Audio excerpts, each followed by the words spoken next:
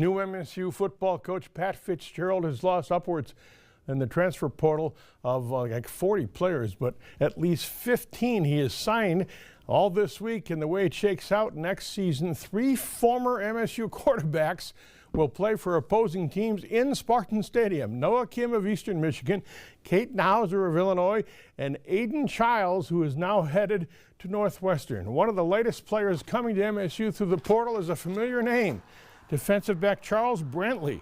He's returning to MSU for his final season.